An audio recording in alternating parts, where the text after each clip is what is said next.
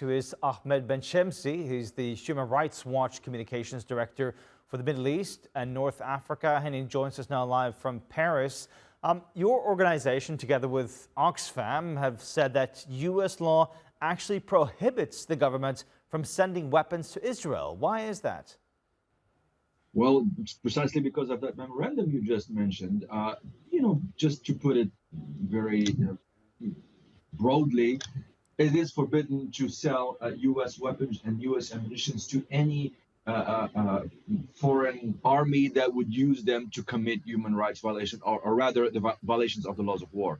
We have been saying that Israel have been committing grave violations of the laws of war for months, since the war began. We're talking about collective punishment. We're talking about blocking live supplies that are indispensable to keep the population alive, including American supplies. We documented attacks with white phosphorus ammunition that are provided by the U.S. in a way that violates the laws of war.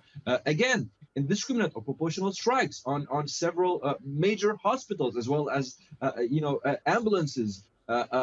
Systematic blocking of systems, including assistance provided by the U.S. All of these things already happen. We have documented them extensively, and the U.S. law prohibits selling weapons to any army that does that, and Israel does specifically that. So what we're doing here is just reminding the Biden administration that what actually Israel is doing now, with the help of the the U.S. administration, is violating a cornerstone of American law.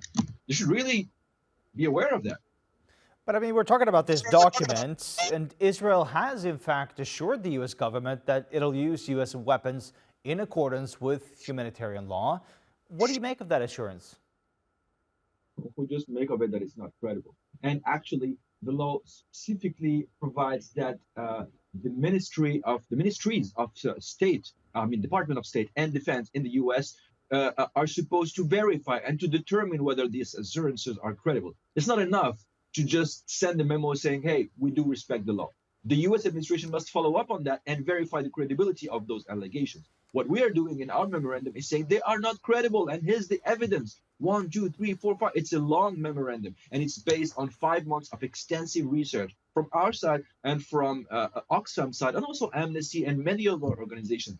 We're not just throwing accusations around. We are investigating on the ground with hard evidence, and we're providing that evidence. And the U.S. administration, they know that. It's not like the first time that we're telling them that. We're just insisting again and again and saying that this time it's not just ignoring warnings. It's actually violating the law, the U.S. law.